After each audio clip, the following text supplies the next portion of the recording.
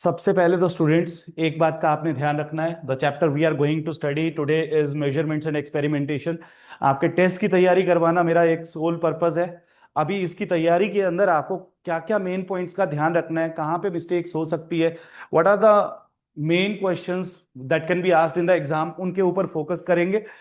और साथ में एक बात का आपने ध्यान रखना है, जुलाई है बेटा, सितंबर एग्जाम्स के और जुलाई के बीच में सिर्फ एक महीने का डिफरेंस है, right? This is the high time for gaining momentum. अब अगर मोमेंटम गेन कर लिया, मतलब क्या है बोलने का मोमेंटम से? अब ये पहला टेस्ट है आपका हॉलीडेज के बाद, तो क्यों ना इसके अंदर हम अपना बेस्ट परफॉर्मेंस दें। अभी ये चैप्टर के लिए आपके पास 3 दिन का टाइम है। अगर अभी भी तैयारी शुरू करेंगे 3 दिन में, लगातार प्रैक्टिस करोगे अगर, तो बहुत बढ़िया मार्क्स आ सकते हैं। 19-20 पे आ जाओगे आउट ऑफ 20, 100% पे पहुंच सकते हैं। लेकिन इसके साथ साथ एक बात और भी ध्यान में रखनी है। सितंबर एग्जाम्स तो 80 मार्क्स के होंगे। वहां पे आपको तैयारी करने के लिए कितना टाइम मिलेगा? Maximum 2 days. फाइनल एग्जाम्स के टाइम पे भी 2 to 3 डेज मिलते हैं फिजिक्स के एग्जाम की तैयारी के लिए। पूरा सिलेबस करना है तो 3 दिन में पूरा सिलेबस करना होता है। यहां 3 दिन मिल रहे हैं एक चैप्टर पढ़ने के लिए। बेस्ट दे सकते हैं अपना। तो हर एक क्वेश्चन आपने सॉल्व करके देखना है, प्रैक्टिस करके देखना है, फिर जाके क्लैरिटी आएगी। कहीं पे भी अगर गैप्स हैं, उन्हें आज ही क्रॉस चेक कर लो, आइडेंटिफाई कर लो, कल उनकी रिपेयरिंग करो, परसों फिर से क्रॉस चेक करो कहीं गैप रह तो नहीं गया, फिर दोबारा तैयारी कर लो। तो डे आफ्टर परसों आपका अटेम्प्ट जो होगा वो 100% पे होना चाहिए। दूसरी बात, सेम वे में आगे आने वाले टेस्ट के लिए भी सेम तैयारी के साथ चलेंगे। हर एक चैप्टर को फाइनल एग्जाम का समझ के ही तैयार करना कि this is my final attempt. तो उसी माइंडसेट के साथ तैयारी करनी है। अब आज हम क्या करने वाले हैं, सबसे पहले तो एग्जाम पॉइंट ऑफ व्यू से जो भी इंपॉर्टेंट क्वेश्चंस बनते हैं सारे कवर करेंगे, लेकिन साथ में बेसिक कंसेप्ट्स जो भी रिक्वायर्ड हैं वो भी क्लियर हैं, उनको वैलिडेट कर लेंगे।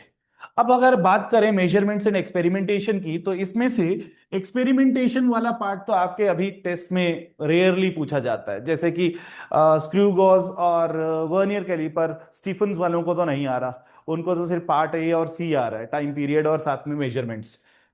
तो पहले बात करते हैं मेजरमेंट्स की। मेजरमेंट्स में पहले तो वर्ड का मतलब क्या है, what is meant bye measurement?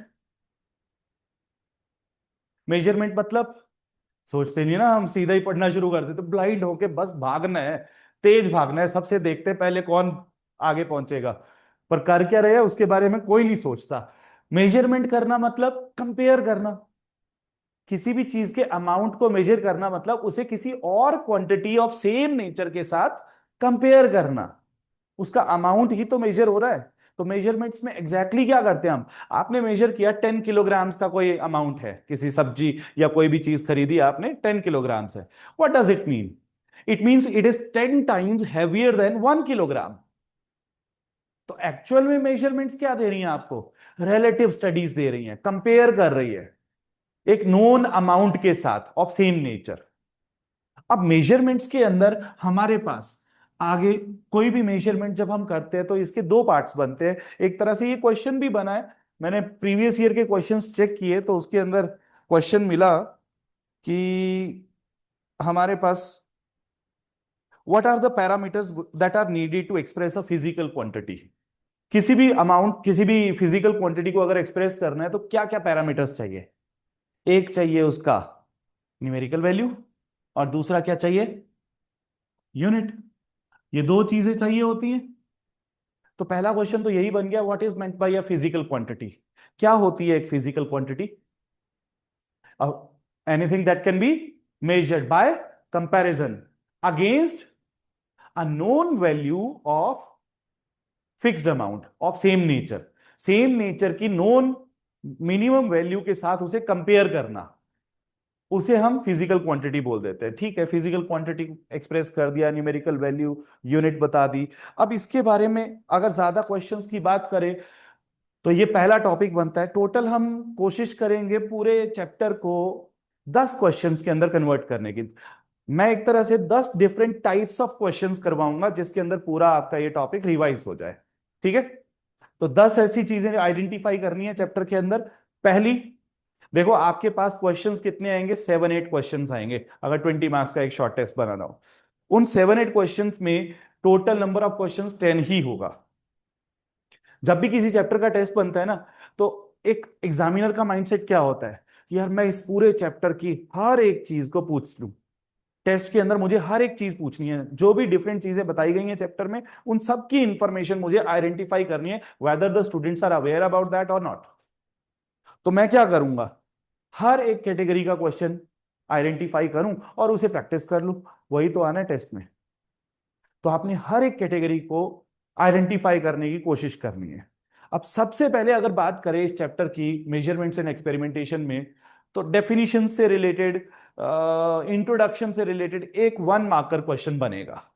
1 marker question या तो होगा कोई, या तो ये कि किसी भी फिजिकल क्वांटिटी के लिए क्या पैरामीटर्स नेसेसरी होते हैं, इस तरह का। न्यूमेरिकल वैल्यू तो चलो एक फिक्स्ड वैल्यू हो गई, लेकिन यूनिट क्या होती है? तो यूनिट एक पैरामीटर होता है, एक स्मॉलेस्ट क्वांटिटी होती है, ठीक है, ऑफ सेम नेचर, जिसके साथ हमें कंपेयर करना होता है उस फिजिकल क्वांटिटी। यूनिट को आइडेंटिफाई करने के लिए, यूज करने के लिए क्या कंडीशंस नेसेसरी होती हैं? Yes, it should be without any ambiguity. कोई कंफ्यूजन नहीं होना चाहिए उसको स्टडी करने के टाइम पे। It should not change with space and time, time to time change भी नहीं होनी चाहिए वैल्यू। और क्या बोल रहे थे आप? रिप्रोड्यूसिबल होनी चाहिए, कन्वीनियंट साइज की होनी चाहिए। तो ये 2-3 पॉइंट्स हैं थ्योरी के इसमें, पहले टॉपिक में। अब अगर आगे हम बढ़ते हैं, चॉइस ऑफ यूनिट के बाद हमारे पास टाइप्स ऑफ यूनिट्स आ गए। 2 टाइप के यूनिट्स बताए गए, fundamental units and derived units. Fundamental units सीधा डायरेक्ट बोल दिया गया, एक्चुअली हमारे पास पहले आता है फिजिकल क्वांटिटीज के बारे में। 2 टाइप की फिजिकल क्वांटिटीज हैं, fundamental quantities and derived quantities. उनके यूनिट्स को फिर नाम दिए गए हैं fundamental units and derived units. तो फंडामेंटल क्वांटिटीज क्या होती हैं? जो इंडिपेंडेंट होती हैं, one of their own kind. उनको अगर different kind of fundamental quantity है हमारे पास दो, तो उन्हें आपस में रिलेट नहीं किया जा सकता। जैसे मास और लेंथ का आपस में कोई लेना देना नहीं है, मास को लेंथ की टर्म्स में मेजर नहीं कर सकते, ठीक है, तो उनको एक दूसरे की टर्म्स में कभी मेजर भी नहीं किया जा सकता। लेकिन डिराइव्ड क्वांटिटीज कौन सी होती हैं? जो डिपेंडेंट होती हैं ऑन द फंडामेंटल क्वांटिटीज। तो फंडामेंटल क्वांटिटीज का यूज करके हम डिराइव्ड क्वांटिटीज को मेजर कर सकते हैं, उनको कैलकुलेट भी कर सकते हैं। तो उनके यूनिट्स कैसे बनाएंगे, वो हमारे पास सेकंड कैटेगरी ऑफ क्वेश्चन बनता है, ठीक है। अब सेकंड कैटेगरी के अंदर हमारे पास 7 फंडामेंटल क्वांटिटीज, 2 सप्लीमेंट्री क्वांटिटीज, और फिर उसके बाद डिराइव्ड क्वांटिटीज, डिराइव्ड यूनिट्स, ये चीजें दी गई हैं। ये सेकंड कैटेगरी में क्वेश्चन बनेंगे। तो इसके अंदर सबसे पहले नंबर पे आपको क्या बताया गया? मास, फिर लेंथ, टाइम, टेम्परेचर, फिर amount of substance.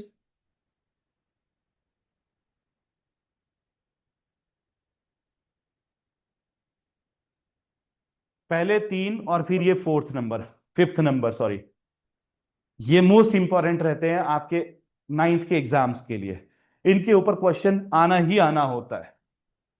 Definition based, meaning based question in 4 के आते हैं, मास, लेंथ, टाइम और अमाउंट ऑफ सब्सटेंस।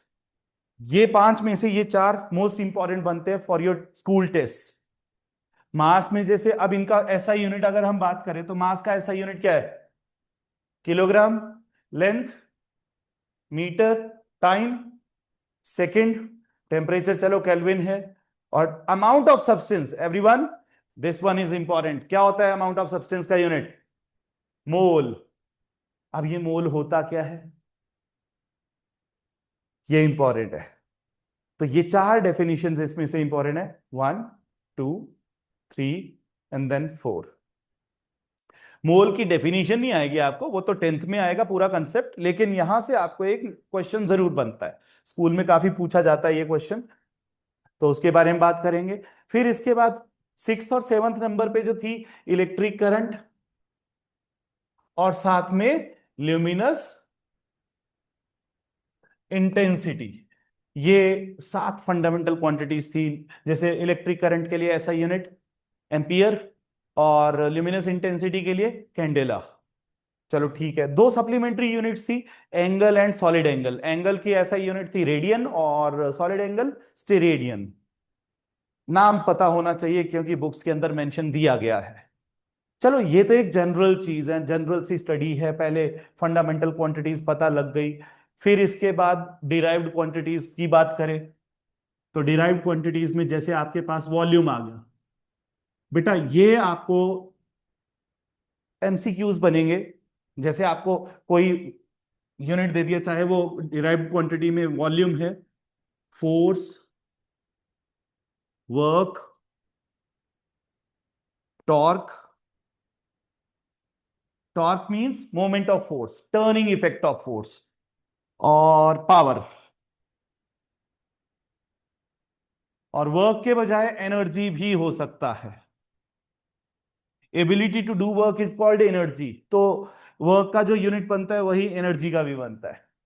ये पांच हैं जिनमें से आपको कोई एक या दो का डिराइव्ड यूनिट डिराइव करने के लिए आएगा। आपको इनका यूनिट बनाना है। सबसे पहले तो इनके फॉर्मूले पता होने चाहिए। फिर अगर आपको यूनिट बनाने तो फॉर्मूला पता होना चाहिए, फॉर्मूला के यूनिट्स बनेंगे, फिर सिंपलर क्वांटिटीज में कन्वर्ट करेंगे। तो वॉल्यूम क्या होता है? L B H. तो metre into metre into metre बन गया मीटर क्यूब। चलो बहुत इजी था। Force, mass into acceleration, eight में भी पढ़ा है हमने। तो मास का यूनिट क्या होता है? किलोग्राम।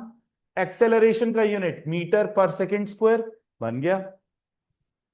अब वर्क क्या होता है? वर्क होता है force into displacement.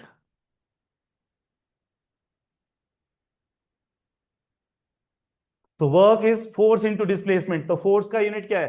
Kilogram metre पर सेकेंड स्क्वायर, इंटू डिस्प्लेसमेंट का यूनिट मीटर। तो फिर क्या बन गया यूनिट? आप kilogram metre square per second square. Agree? तो इस तरह से डिराइव करना है, आपने फॉर्मूले याद रखने हैं बस। Turning effect of force, turning effect of force भी सेम है, फोर्स इनटू परपेंडिकुलर डिस्टेंस। तो डिस्टेंस ही होता है, चाहे परपेंडिकुलर ही हो, तो सेम ही बनेगा unit, kilogram metre square per second square. Easy. अब power, power is defined as the ability, rate of doing work. Rate मतलब विद रिस्पेक्ट टू टाइम, तो वर्क अपॉन टाइम। अब वर्क क्या था? Force into displacement upon time. या तो आप यहां से डायरेक्ट कर लो, नहीं सर एरर के चांसेस हैं, अभी भी गलती हो सकती है, हम भूल गए अगर, तो कुछ गलत रख दिया तो पहले फोर्स का भी फॉर्मूला लिखना, पहले फॉर्मूला में कन्वर्ट कर लो, M into A into S upon time. अब कन्वर्ट करना शुरू करो, मास का किलोग्राम, एक्सेलरेशन का मीटर पर second square, into displacement, S मैंने डिस्प्लेसमेंट को रखा है बेटा, तो मीटर, अपॉन टाइम का सेकेंड। तो अब क्या बन गया मेरे पास? Kilogram metre into metre, metre square. ये सेकंड ऊपर जाएगा तो -1 हो जाएगा, तो सेकंड -2, सेकंड -1, बेस सेम है तो पावर्स ऐड हो जाएंगी। तो क्या बन गया यूनिट? किलोग्राम मीटर स्क्वायर पर सेकंड क्यूब। ये बना पावर का यूनिट। इनमें से कोई एक तो पक्का आता है एमसीक्यू। मैं सिर्फ आपके स्कूल के यूनिट टेस्ट के लिए तैयारी नहीं करवा रहा हूं, मेरा पर्पस है आपके सितंबर एग्जाम्स को भी ध्यान में रखना, फाइनल एग्जाम को भी। मोस्ट कॉमनली आस्क्ड क्वेश्चन है पिछले 6 साल में, इन्हीं में से कोई ना कोई पूछ लिया जाता है। तो ये तो ऐसे क्वांटिटीज हैं जो आपको हमेशा पता होने जरूरी हैं। इनके अलावा एक और रहेगा, प्रेशर। इन सब में कॉमन पॉइंट फोर्स रहने वाला है, तो फोर्स को आपने ध्यान रखना है, मास इंटू एक्सेलरेशन। अगर ये ध्यान में रहा, बाकी सब अपने आप हो जाएंगे।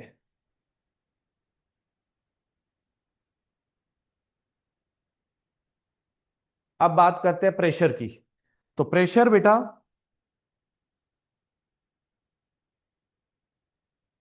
ये हमने पढ़ा था last year, force upon area, thrust upon area, perpendicular force acting per unit area. तो फोर्स हो गया मास इंटू एक्सेलरेशन अपॉन एरिया।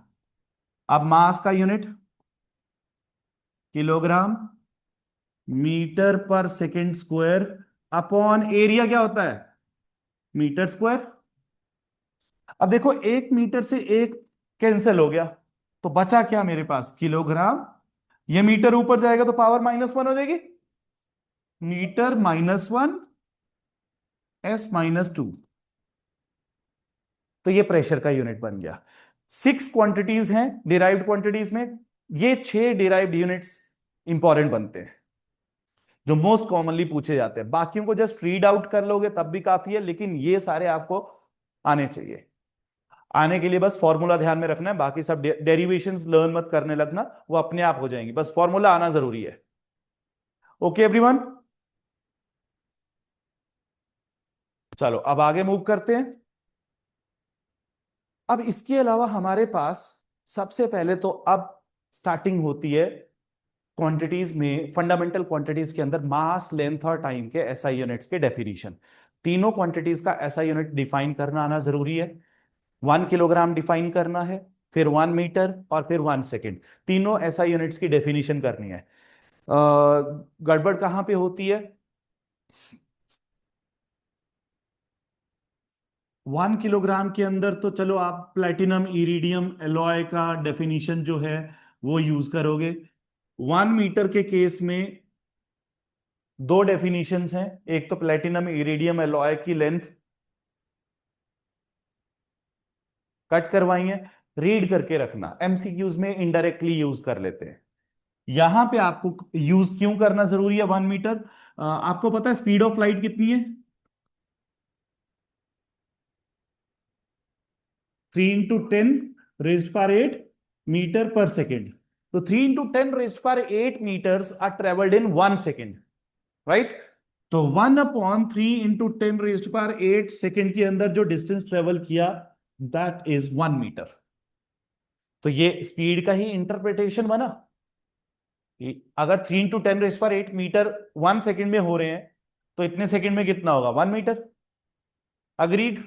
तो ये यहां से मीनिंग यूज में आएगा आगे। यही मीनिंग आपको 1 सेकेंड को भी यूज करने के लिए बन सकता है। अब 1 सेकेंड क्या कहेंगे आप, 1 second is the distance, time taken to cover a distance of 3 × 10⁸ meters by the light through vacuum. Light की स्पीड है 3 × 10⁸मीटर पर सेकेंड वैक्यूम के अंदर। तो 3 × 10⁸मीटर्स कितने टाइम में ट्रेवल करेगा, दैट इज 1 सेकेंड टाइम। तो ये मीनिंग पता होना जरूरी है। अब टाइम का फर्दर अदर यूनिट्स, टाइम के केस में ना आपको यूनिट्स के ऊपर क्वेश्चंस बनते हैं। जैसे एक क्वेश्चन है, give the relationship between one सब unit and multiple unit of time. तो सब यूनिट ऑफ टाइम क्या लेंगे आप लेंगे मिली सेकेंड। तो मिली सेकेंड की वैल्यू कितनी होती है, मिली मतलब 1/1000, तो 10⁻³ सेकेंड। और मल्टीपल यूनिट, तो सेकेंड के मल्टीपल्स में सबसे पहले कौन आता है, मिनट। तो मिनट बन जाएगा मल्टीपल यूनिट। वो तो 1 मिनट की वैल्यू आप बता देंगे 60 सेकेंड्स। इस तरह से क्वेश्चन पूछ लेते हैं, ये 1 मार्कर क्वेश्चंस इस तरह के ही बनेंगे आपको। अब जब आपने ये मास, लेंथ और टाइम के यूनिट्स डिफाइन कर दिए, तो इसके बाद यूनिट कन्वर्जन्स आए।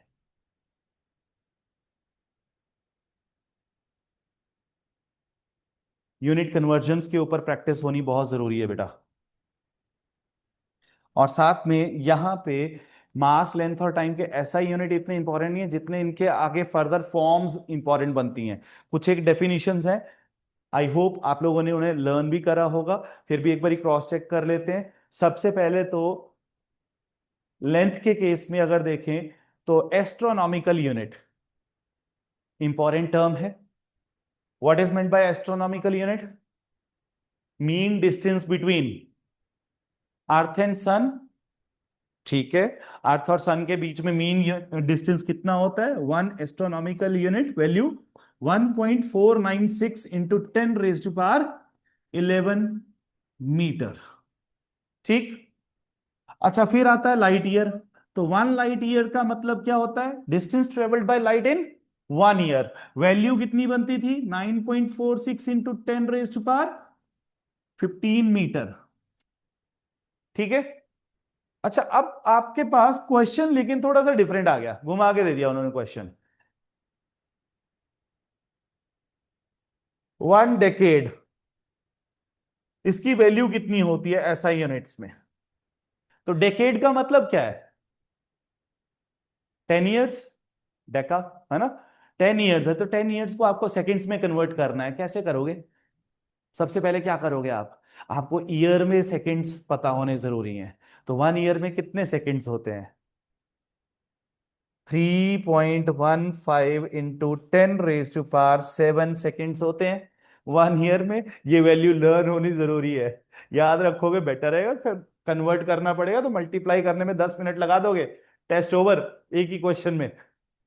अब डेकेड पूछा था तो क्या करोगे? इंटू 10 कर दोगे, बस। ठीक है। तो 1 ईयर में इतने सेकेंड्स हैं, तो 10 ईयर्स में कितने होंगे? इंटू 10।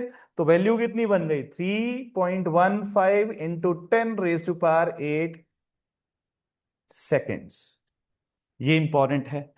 अब आपको जरूरी थोड़ी है इस बार डेकेड ही पूछें, ये तो पहले पूछ चुके हैं। हो सकता है सेंचुरी में पूछ लिया कि 1 सेंचुरी को कन्वर्ट करो सेकेंड्स में, तो 10 की जगह 100 से मल्टीप्लाई कर दोगे। तो फिर आंसर क्या आ जाएगा? 3.15 इंटू 10⁻9 सेकेंड्स। इजी। एक और इसमें आता है फिर।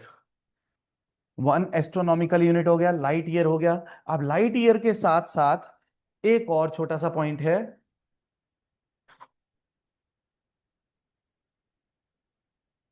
Light minute. 1 लाइट मिनट कितना होगा? Distance travelled by light in 1 minute. तो 1 मिनट में कितना डिस्टेंस ट्रेवल करेगी लाइट? तो स्पीड ऑफ लाइट कितनी है? क्योंकि डिस्टेंस पूछा है तो डिस्टेंस होगा स्पीड इंटू टाइम। डिस्टेंस का यही फॉर्मूला बनता है, speed equal to distance upon time था। तो कितना बन जाएगा? स्पीड है 3 इंटू 10⁻8 मीटर पर सेकेंड, इंटू टाइम कितना दिया है? 1 मिनट मतलब 60 सेकेंड्स। तो कितना बन गया बेटा? 180 इंटू 10⁻8 मीटर, मतलब 1.8 इंटू 10⁻10 मीटर। ऑप्शन में ये वाला ऑप्शन गिवन होगा आपको। ठीक है, इस बात का ध्यान रखिएगा। इस पे नीचे फ्रंट ऑफिस पे बात करो। Point clear? 1.8 इंटू 10⁻10 मीटर, ये इंपॉर्टेंट बन जाता है। लाइट मिनट का यूज करने को आएगा आपको न्यूमेरिकल के अंदर। देखो 16 मार्क्स का तो डायरेक्ट आएगा टेस्ट, तो 16 तुम लोग अपनी नॉर्मल तैयारी से ले आओगे, लेकिन बाकी के 4 नंबर लाने के लिए थॉरोली प्रैक्टिस करनी पड़ेगी। तो इसके लिए हर एक पॉइंट को एक बारी कनेक्ट करके ही चलना है। अभी क्लियर बेटा? हाँ, एक बारी फ्रंट ऑफिस पे बात कर लो, मैं वही बोल रहा हूं।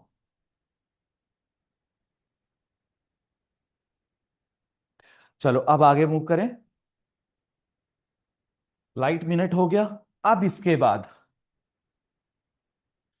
Astronomical unit, sorry, parsec. Parsec क्या होता है पता है? पार्सेक में सब कंफ्यूज हो जाते हैं।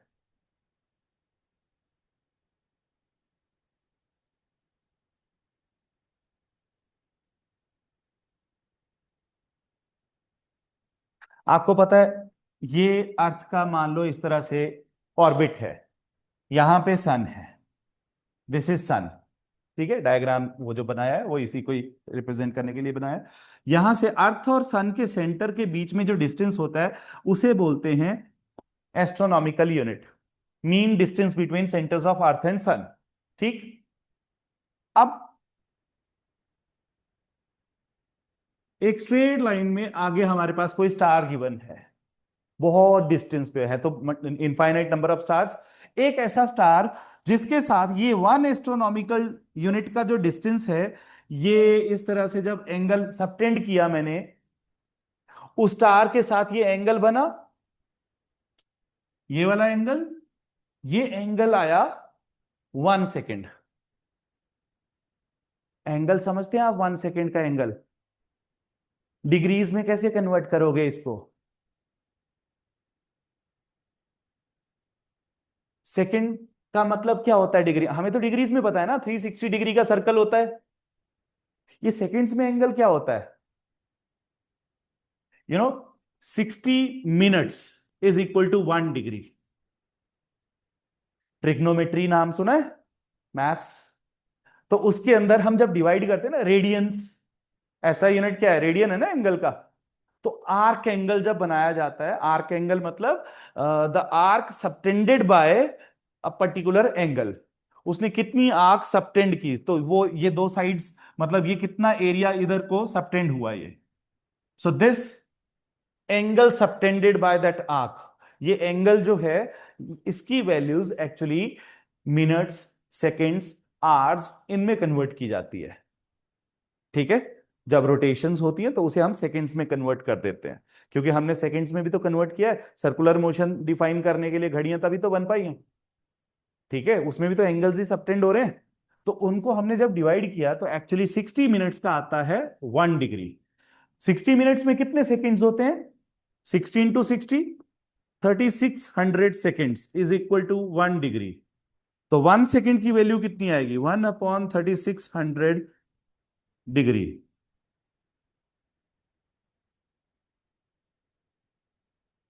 इतना छोटा एंगल सबटेंड हुआ है तो बहुत ज्यादा डिस्टेंस होगा, इनफाइनाइट वाला डिस्टेंस, एक्सट्रीम लेवल पे है वो डिस्टेंस।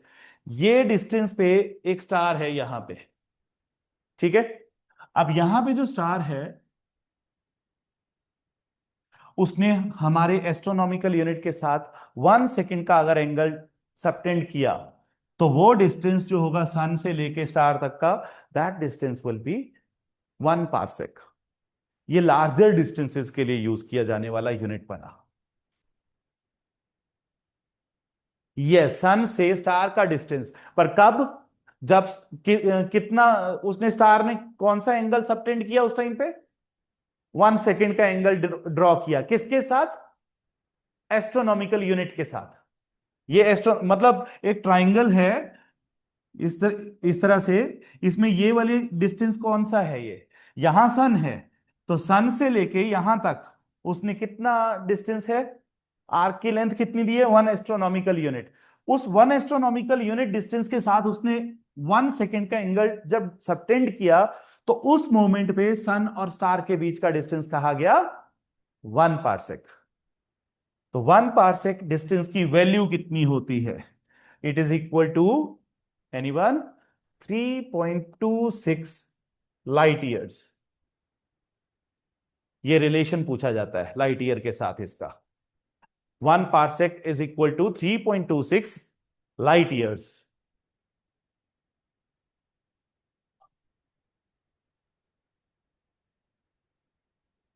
ये कन्वर्ट करके इसको आपने मीटर्स में कन्वर्ट करना है फिर लेटर ऑन। ठीक है? मीटर्स में कन्वर्ट करोगे तो कितनी वैल्यू आएगी बेटा? 3.08 into 10⁻⁴, I think it was 16 metres. Check जरूर करना इसको कैलकुलेट करके। तो पार्सेक की वैल्यू मीटर्स में भी, लाइट ईयर्स में भी, दोनों में से कोई एक एमसीक्यू बना के भी पूछ सकते हैं, पार्सेक डिफाइन करने के लिए आ सकता है। 5 डेफिनेशन है आपके पास, इन 5 में से एक आएगी। Parsec, astronomical unit, light year, 3 हो गई। चौथे नंबर पे आएगा lunar month. Lunar month, synodic month भी बोलते हैं उसको। The time taken by moon to complete its one full cycle, that is between the two phases, one new moon to next new moon. ठीक है? New moon और full moon दोनों के लिए बोल सकते हैं इसको। ठीक है? वन फुल मून से नेक्स्ट फुल मून तक का time period, that is called synodic month और ल्यूनर मंथ। ओके? तो ल्यूनर मंथ की डेफिनेशन इंपॉर्टेंट बनती है। इसकी वैल्यू कितनी होती थी? 29.5 डेज। इंपॉर्टेंट है, याद रखना इसको। ल्यूनर मंथ,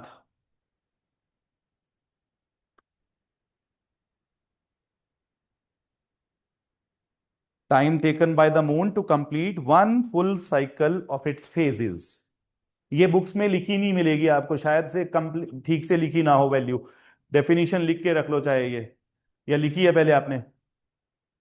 हाँ तो लिख लो इसको। वेल, पूरी डेफिनेशन।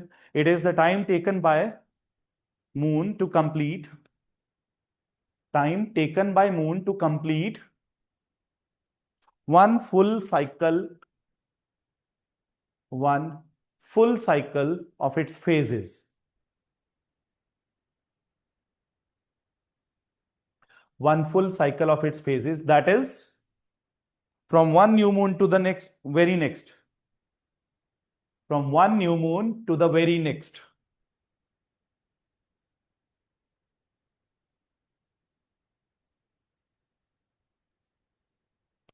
वैल्यू लिख लो साथ में, इक्वल टू 29.5 डेज। अब एक और है हमारे पास,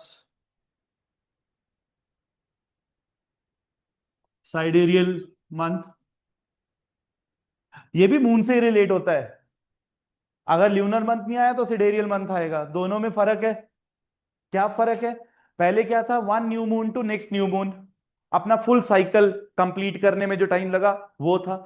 सिडेरियल मंथ होता है जब मून 360 डिग्री का ऑर्बिट पूरा कंप्लीट करता है अराउंड द अर्थ, उसमें टाइम कम लगता है। अराउंड द अर्थ उसे रोटेट करने में लगे 27.3 डेज। मतलब फर्क है दोनों में, ठीक है। 27.3 डेज मीनिंग लिख लो, it is the time taken by moon, time taken by moon to complete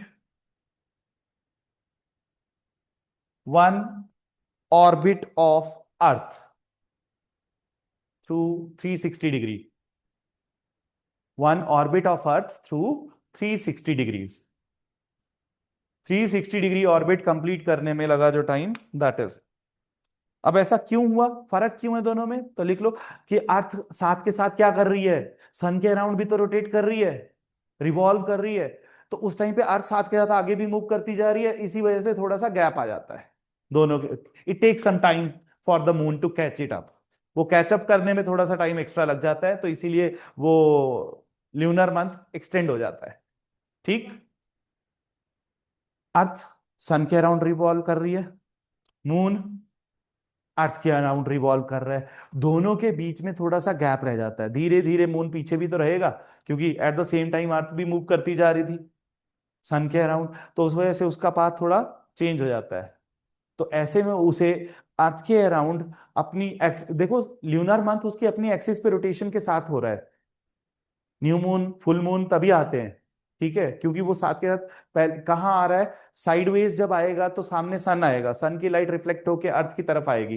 तो एट द सेम टाइम अर्थ भी तो लेकिन सन के अराउंड मूव कर रही थी, तो उसे कैचअप करने के लिए थोड़ा और आगे जाना पड़ेगा, तो एक्स्ट्रा टाइम लग जाता है ल्यूनर मंथ बनाने में। लिख लो साथ में इसके, since the earth is also moving around sun, since the earth is also moving around the sun, earth is also moving around the sun, therefore it takes 2.2 days extra for moon, it takes 2.2 days extra for moon to catch up।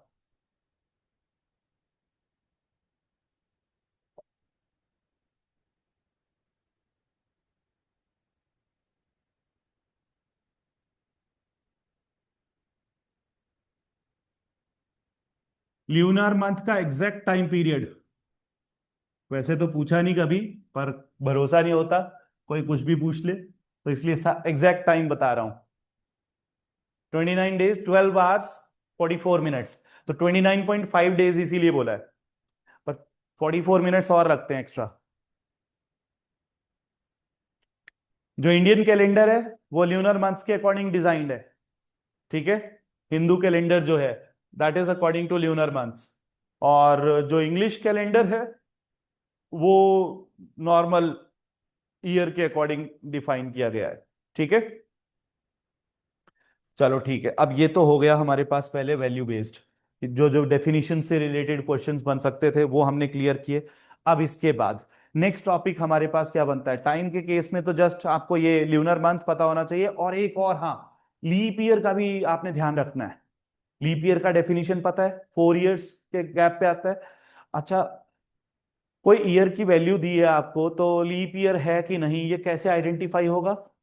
Yes, number is divisible by 4, लेकिन इसमें एक और change है, if it is a century. अब मेरे पास है year 1900, will it it be a leap year? 4 से डिविजिबल तो है ये, so will it be a leap year? है 4 से डिविजिबल? ऐसे चेक करोगे फिर गलत हो जाएगा। सेंचुरीज के केस में आपने एक बात का ध्यान रखना है, it should be divisible by 400। Centuries के केस में it should be multiple of 400, otherwise it should be divisible of 4। बाकियों के केस में डिविजिबल ऑफ 4 लेना है, लेकिन सेंचुरीज के केस में 1900 will not be a leap year, 2000 will be a leap year. अब अगला सेंचुरी ईयर कौन सा आएगा फिर लीप ईयर? 2400। मतलब 2200, 2300 they will not be leap years, okay. 2400 will be leap years. अब 2028 लीप ईयर होगा? 4 से डिविजिबल हो रहा है, यस, तो इसलिए लीप ईयर होगा, तो 28 आएगा अब लीप ईयर, फिर 32, पर 30 नहीं होगा, 2030 नहीं होगा। तो ये भी ध्यान में रखना है आपने, सेंचुरीज वाला पॉइंट ध्यान में रखना, बाकी तो इजी था। डन। अब हमारे पास डेफिनेशंस सारी क्लियर। आगे टाइम पीरियड के बाद, डिराइव्ड यूनिट्स के बाद कुछ एक क्वेश्चंस बने। आपको अभी थोड़ी देर पहले मैंने अमाउंट ऑफ सब्सटेंस के बारे में बात कही थी। क्या बात कही थी हमने अमाउंट ऑफ सब्सटेंस के लिए? उसका ऐसा यूनिट क्या बताया था? यस, मोल।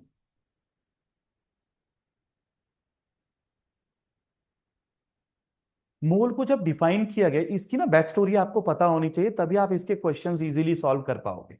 मोल की क्या स्टोरी है?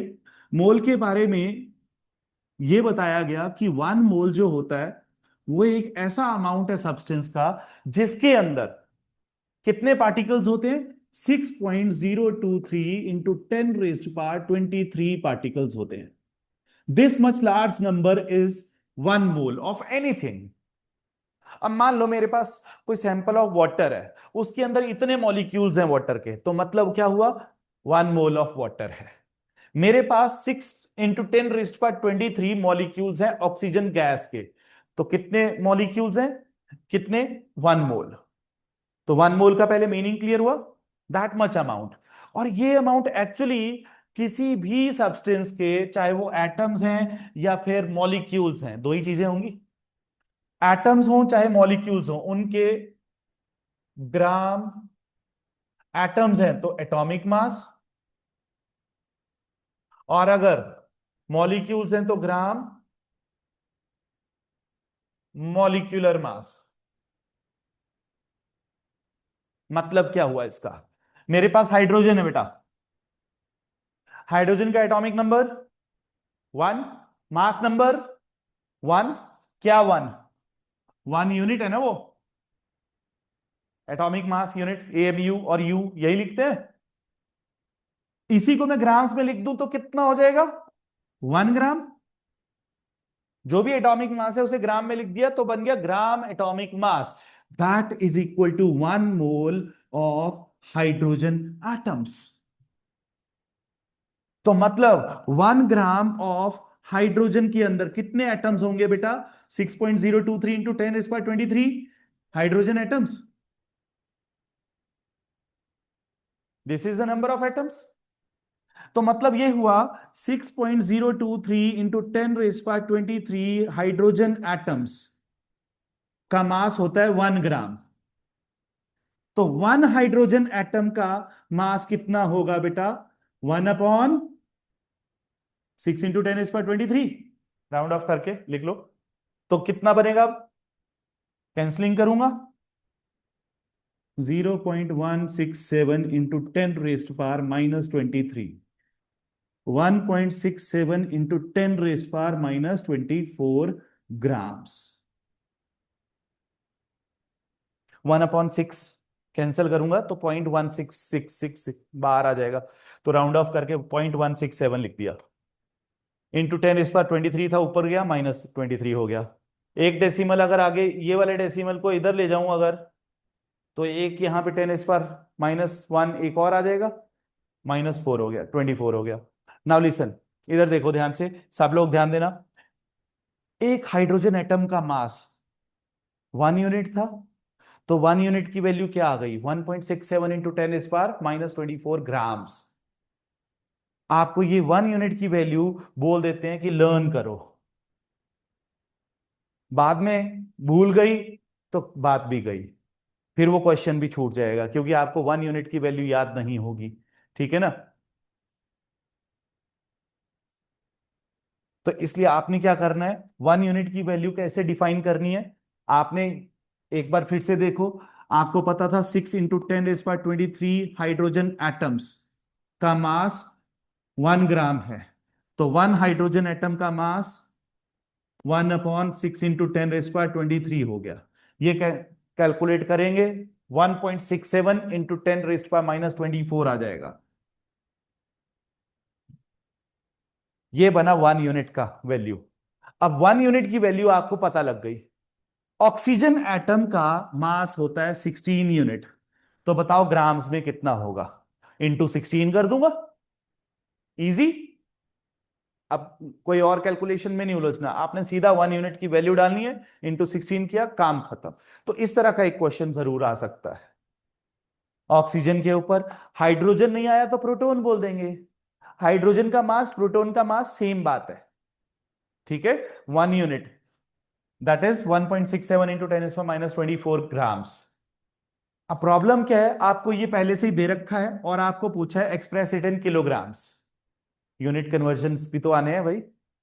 तो यूनिट कन्वर्जन कैसे करोगे इसका? ग्राम को किलोग्राम करना है तो क्या करते हैं, अपॉन 1000 इंटू 10⁻³ तो 1.67 × 10⁻⁻24 था, इंटू 10⁻³ और आ गया, तो 1.67 इंटू 10⁻⁻27 किलोग्राम्स। ये वैल्यू कन्वर्ट करने के लिए आ सकती है। 1 यूनिट की वैल्यू पहले आपने एक्सप्रेस करी in grams and then into kilograms convert कर देनी है। कंफर्म्ड?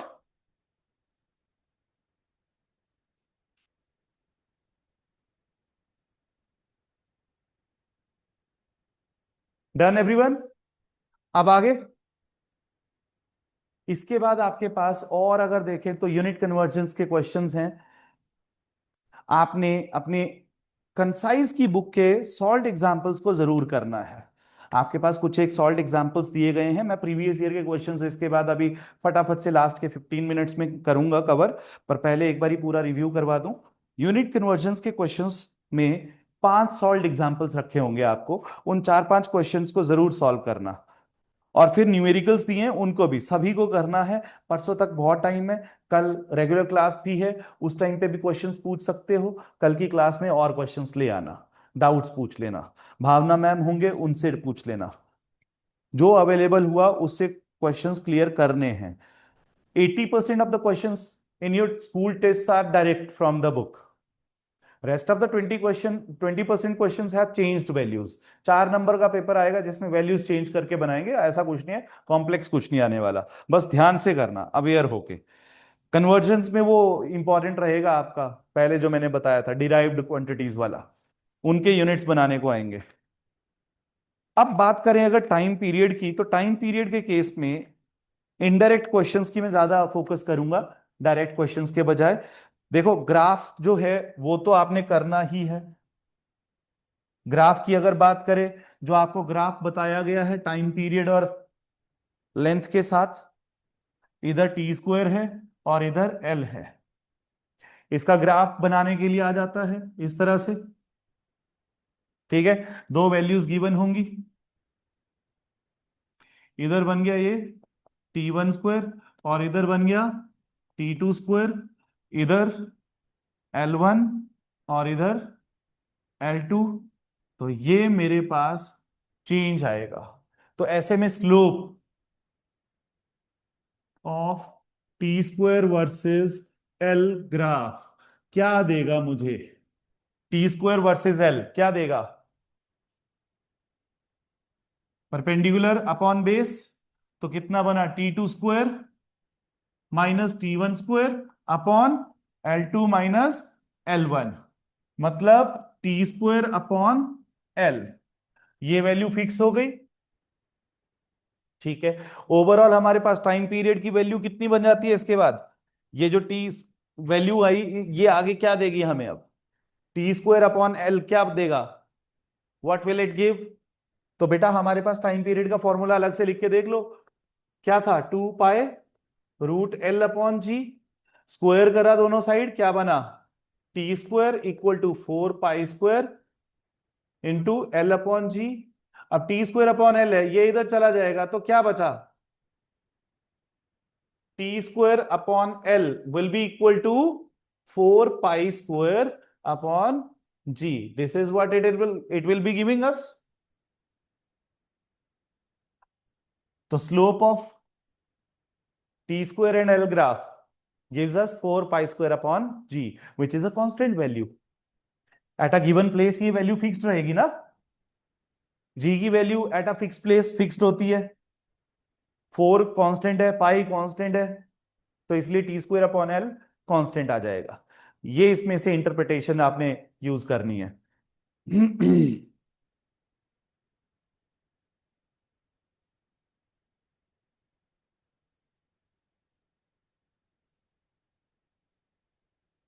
और साथ में T square is directly proportional to √L, inversely proportional to √G।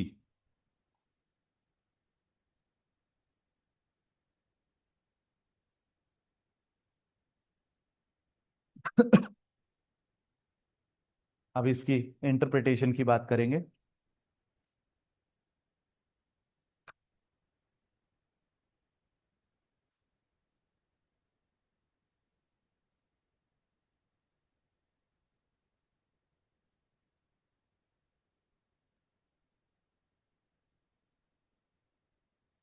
T square directly proportional to √L होता है।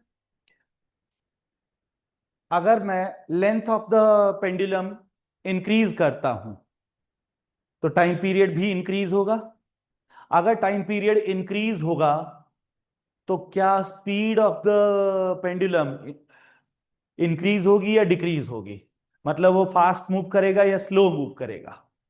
ये भी इंपॉर्टेंट क्वेश्चन बनता है यहां से। तो बताइए, स्लो मूव होगा या फास्ट? हम ऑन ऑफलाइन। क्वेश्चन ये है, टाइम पीरियड बढ़ा दिया, लेंथ बढ़ाने की वजह से टाइम पीरियड बढ़ गया, तो टाइम पीरियड बढ़ गया तो वो स्लो होगा पेंडुलम या फास्ट होगा? वो स्लो हो जाएगा। क्यों? क्योंकि टाइम ज्यादा लग रहा है भाई, तो स्लो ही हुआ होगा। बिल्कुल सही है, घबराते क्यों हो? कॉन्फिडेंस रखना है। तो टाइम पीरियड बढ़ने से पेंडुलम स्लो हो जाता है। ठीक है, अब मेरे पास इसी के ऊपर बेस्ड फर्दर क्वेश्चन बना। एक क्वेश्चन है, हाँ, एक इसमें आपने ये भी ध्यान में रखना है। चलो ठीक है, ये तो पता लग गया, T square upon L slope था, तो स्लोप की वैल्यू से हमें 4 पाई स्क्वायर अपॉन G मिला, है ना? इसी से हमें ये इक्वल टू मास भी बन जाता है। ठीक है, मास ऑफ द पेंडुलम। ठीक है, slope of T square and L graph gives us mass. Just an extra fact. ठीक है, ये बताया नहीं जाता इसलिए बता रहा हूं। अब हमारे पास इसमें से क्वेश्चंस, सबसे पहले तो देखो, एक तो न्यूमेरिकल डायरेक्ट वाले बनेंगे। न्यूमेरिकल्स के अलावा मैंने कुछ एक क्वेश्चन सिलेक्ट करके रखे हैं, उनके बारे में बात करना चाहता हूं। But before that I just want to confirm certain things. हाँ, ठीक है, हमारे पास टाइम पीरियड की वैल्यू बनी 2 पाई रूट L/G। मेरे पास इस तरह से सॉलिड सपोर्ट लगी है, यहां पे इस तरह से बॉब है। तो अब लेंथ ऑफ द पेंडुलम कौन सी वाली लेंथ होती है? इसे इस लेंथ को क्या कहा जाता है? Effective length. इफेक्टिव लेंथ कहां से ली जाती है? Centre of gravity of the Bob of the pendulum. तो यहां से लेनी है।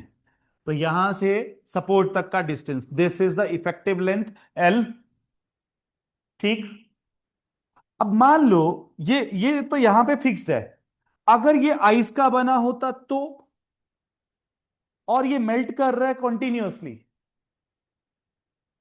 Let us suppose the bob of a pendulum is made up of ice and it is melting down continuously with time. What effect will its melting have on its time period? क्या होगा जब ये melt होता जाएगा, इसका पानी गिरता जाएगा, तो टाइम पीरियड के ऊपर क्या इफेक्ट होगा? डिफरेंट सा क्वेश्चन है, इंटरप्रिटेशन ध्यान से। अब इफेक्टिव लेंथ का मीनिंग पता है हमें, कहां पे होती है effective length? Centre of gravity के ऊपर। ये पेंडुलम यहां से अटैच्ड है, अंदर से अटैच्ड है ये इसके साथ, ठीक है, धागे के साथ अटैच्ड होगा, सेंटर से ही होगा। अब यहां पे ये मेल्ट होने के बाद इतना रह गया, मतलब ये वाला खत्म हो गया। क्या इफेक्टिव लेंथ पे चेंज आया? उतनी ही है। अच्छा ठीक है। अब ये इतना रह गया मेल्ट होने के बाद, तो क्या अब इसके ऊपर चेंज आया इफेक्टिव लेंथ के ऊपर? कोई चेंज नहीं आ रहा है। तो अगर इसकी आइस मेल्ट होके खत्म भी हो गई, तब भी पेंडुलम की लेंथ तो उतनी ही रहेगी। तो melting of the bob of pendulum does not affect the effective length of the pendulum, therefore it will not affect the time period. No change in the time period will occur. Important question है, ठीक है। पहला हो गया, clear है ये question. अब इसकी जगह पे केस 2। अब मेरे पास एक और पेंडुलम है, लेकिन इसके अंदर हमने क्या किया, यहां पे एक होल कर दिया।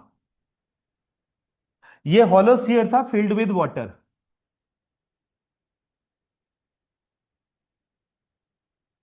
अब ये वाटर के साथ फिल्ड है।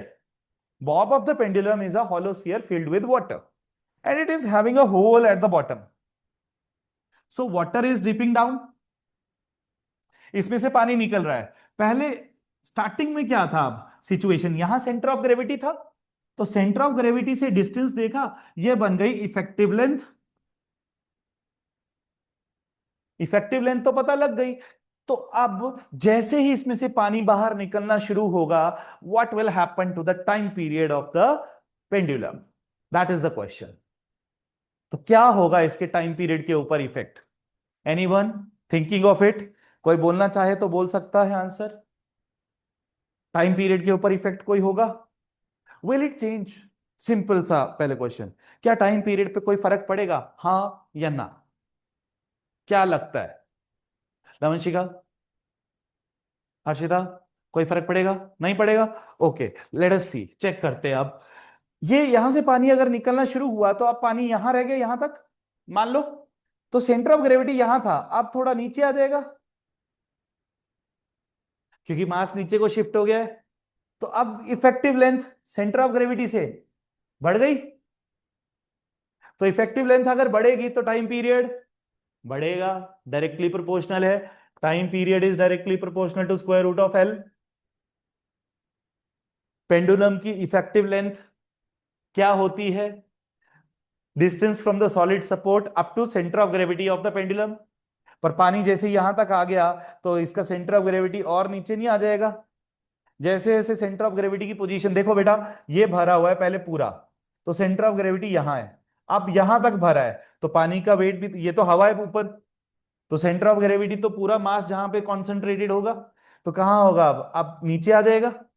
अब यहां तक भरा है तो यहां आ जाएगा, यहां तक भरा है यहां आ जाएगा, तो सेंटर ऑफ ग्रेविटी की वैल्यू नीचे जाती जा रही है, तो उसकी वजह से इफेक्टिव लेंथ क्या हो रही है? बढ़ रही है। इफेक्टिव लेंथ बढ़ेगी तो टाइम पीरियड बढ़ेगा, वो स्लो होता जाएगा, मतलब टाइम पीरियड बढ़ता है तो पेंडुलम स्लो हो जाता है। तो इसलिए टाइम पीरियड क्या होगा? पहले इंक्रीज होता जाएगा, चलो बढ़ता गया। लेकिन फिर जैसे ही खाली हो गया तो लास्ट में ये भी बताना पड़ेगा, and when it becomes empty तो वापस ये सेंटर ऑफ ग्रेविटी कहां शिफ्ट कर जाएगा, वापस अपनी इनिशियल पोजीशन पे, क्योंकि फिर हॉलो स्फीयर है, हॉलो स्फीयर का सेंटर ऑफ ग्रेविटी कहां होगा, उसके अपने सेंटर के ऊपर। हॉलो स्फीयर का कहां होगा, सेंटर में, तो फिर से ऊपर चली गई सेंटर ऑफ ग्रेविटी की पोजीशन, तो इफेक्टिव लेंथ कम हो गई तो टाइम पीरियड भी कम हो जाएगा। तो आंसर क्या लिखेंगे आप, when it is filled with water and water is falling down drop by drop, as the water starts falling out the level of water inside the bob keeps decreasing, right? Level of water inside the bob keeps decreasing, due to which effective length keeps increasing. Increase in the length increases the time period. But when the bob becomes empty, the center of gravity shifts back to its original position at the center, due to which the effective length also decreases again. Hence, the time period decreases to its original value. जो पहले था time period वही दोबारा से हो जाएगा। समझ आया क्वेश्चन? तो ये क्वेश्चन इंपॉर्टेंट बनता था, लिखवा दूंगा मैं अलग से। और ऑनलाइन के केस में ये वीडियो लेक्चर अपलोड हो जाएगा यूट्यूब पे।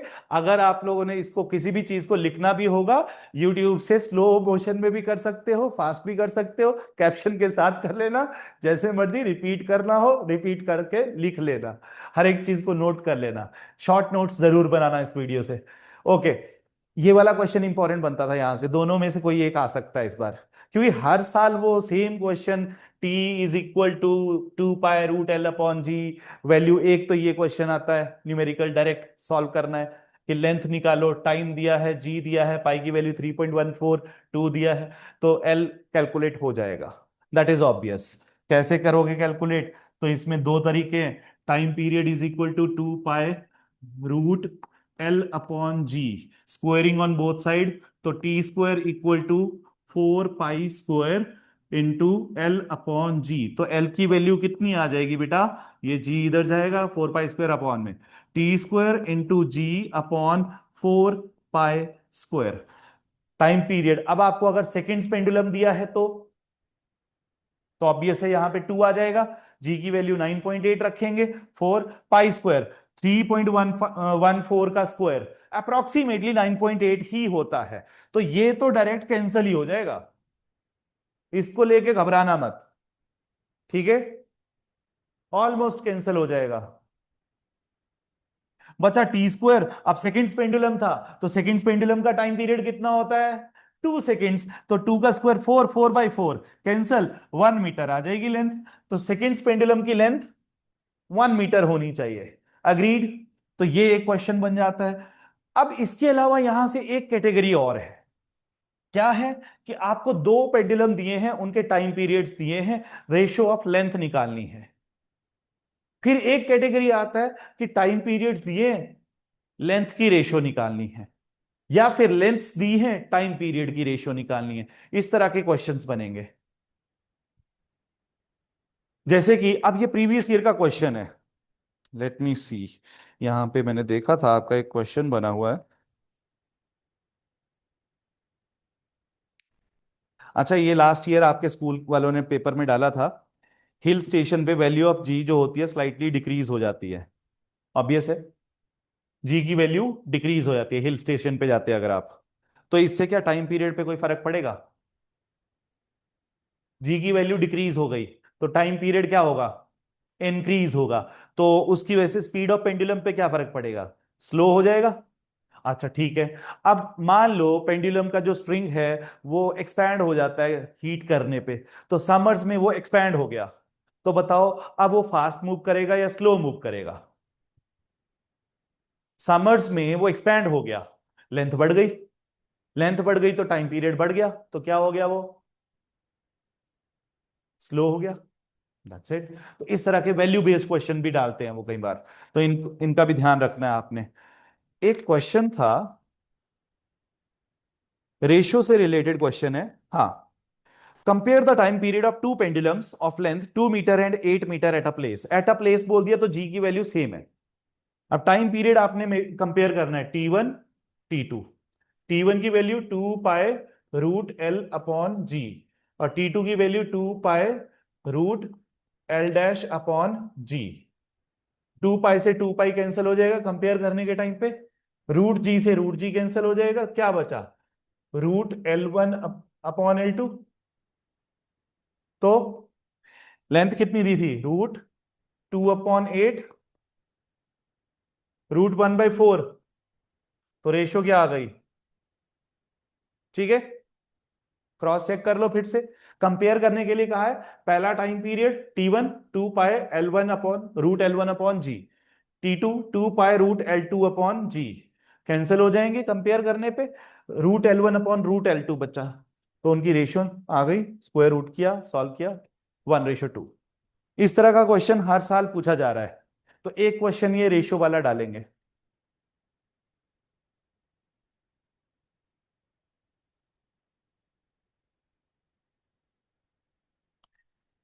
ओके, ग्राफ को फिर भी आपने प्रैक्टिस करते रहना है, ठीक है। ग्राफ स्ट्रेट लाइन ग्राफ बना था L और T² का, ठीक है।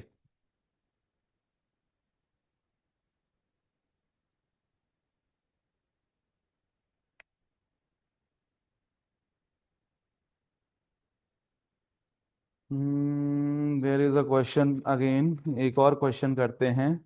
हाँ, इस बार बेटा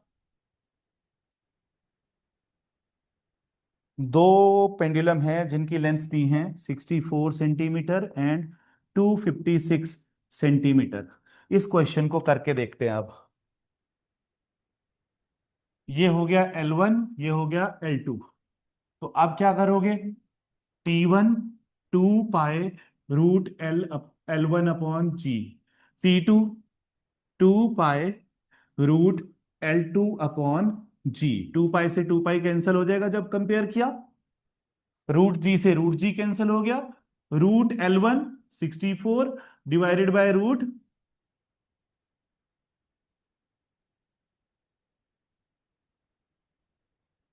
√L1 64 अपॉन √256। अगेन ये तो वही आ गया यार आंसर, 1/4 का स्क्वायर रूट किया, 1:2। सेम क्वेश्चन रिपीटेड, बार बार रिपीट हो रहा है ये क्वेश्चन। हाँ, ये वाला एक डिफरेंट क्वेश्चन है, इसको एक बार करके जरूर देखना चाहिए। Question is length of seconds pendulum is 100 centimetre. Seconds pendulum की लेंथ दी है 100 सेंटीमीटर। टाइम पीरियड कितना होता है सेकेंड्स पेंडुलम का?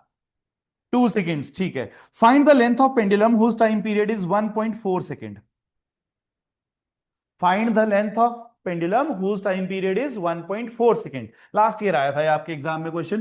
तो आपको पता है सबसे पहली बात, T1 is proportional to T is proportional to √L। At least इतना हमें पहले से पता है। तो T1 क्या हो जाएगा? √L1। T2 proportional to √L2। तो T1/T2 की वैल्यू क्या बनेगी बेटा? L1/L2 का स्क्वायर रूट।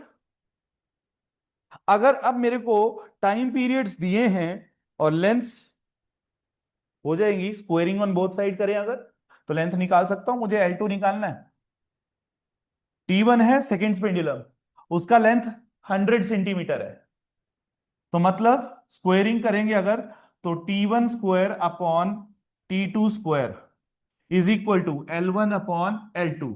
तो L2 की वैल्यू कितनी आ जाएगी बेटा?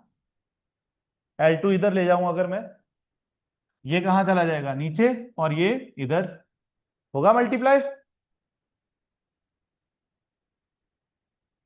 मतलब ये बेटा बोलने का T1² 2² अपॉन 1.4 का square is equal to L1 कितना था? 100/L2।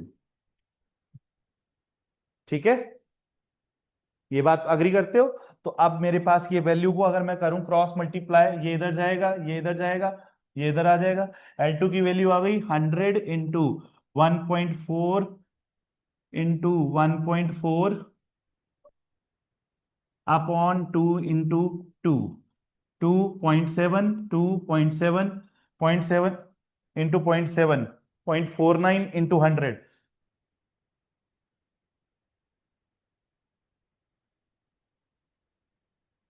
49 centimetre. One of the most important question.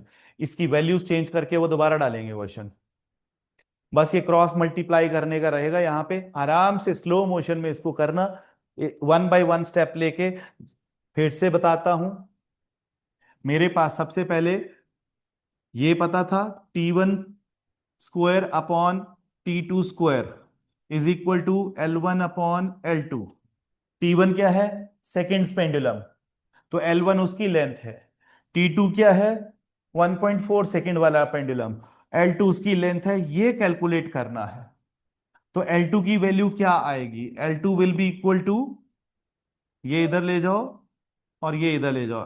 तो मेरे पास सबसे पहले L2 into T1 square is equal to T2 square into L, ये कर देना पहला स्टेप। फिर ये T1 स्क्वायर इधर divide, L2 is equal to T2 square into L upon T1 square. बन गया T2 स्क्वायर 1.4 का square, 1.4 into 1.4 into 100 upon T1 square 2 into 2। अब कैंसिल करेंगे 49 आ जाएगा। ओके, स्टेप बाय स्टेप करना, कोई जल्दी में नहीं करना है आपने। तो ये क्वेश्चन इंपॉर्टेंट बनता है इसमें से। यूनिट कन्वर्जन सारे करने हैं आपने। फर्मी मीटर को मीटर में कन्वर्ट करना, एंगस्ट्रॉम को मीटर में करना, नैनोमीटर को एंगस्ट्रॉम में, ये इंपॉर्टेंट है इसमें। अब जैसे एक क्वेश्चन है 398 नैनोमीटर, इसे एंगस्ट्रॉम में कन्वर्ट करना है। कर लेंगे आप इस तरह के कन्वर्जन्स, इनकी अच्छे से प्रैक्टिस करनी है। क्या हो जाएगा आंसर? 3980 एंगस्ट्रॉम। कन्वर्जन्स इंपॉर्टेंट हैं, इनका प्रैक्टिस रखना है आपने। टाइम पीरियड्स के रेशियोज का रहेगा क्वेश्चन, लेंथ के साथ। सेकंड्स पेंडुलम की लेंथ कैलकुलेट करने के लिए आ सकता है। प्रीवियस ईयर के सारे क्वेश्चंस आपने प्रैक्टिस करने हैं, ठीक है। ये असाइनमेंट आप लोगों को ऑफलाइन स्टूडेंट्स हमारे जो हैं पाइनियर स्टूडेंट्स, उन सबको दी गई है। हर्षान, आपने भी ये व्हाट्सएप पे मंगवा लेनी है। अभी क्लास के एकदम बाद आप इस शीट को जरूर मंगवाना। इनकी अच्छे से प्रैक्टिस करो, कहीं पे डाउट्स बनते हैं, you have sufficient time, contact us. आ सकते हो, दोबारा देखना होगा, यूट्यूब पे भी देख सकते हो लेक्चर को, ठीक है। So that will be all. अच्छे से प्रैक्टिस करो। All the best.